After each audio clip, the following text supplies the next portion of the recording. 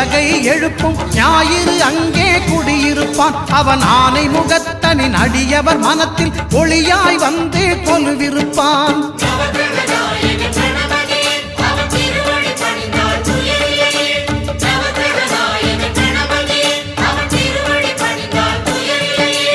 ஒன்பது கோளும் ஒன்றாய் காண அங்கு கற்பகம் என்னும் கடவுளின் மெய்யில்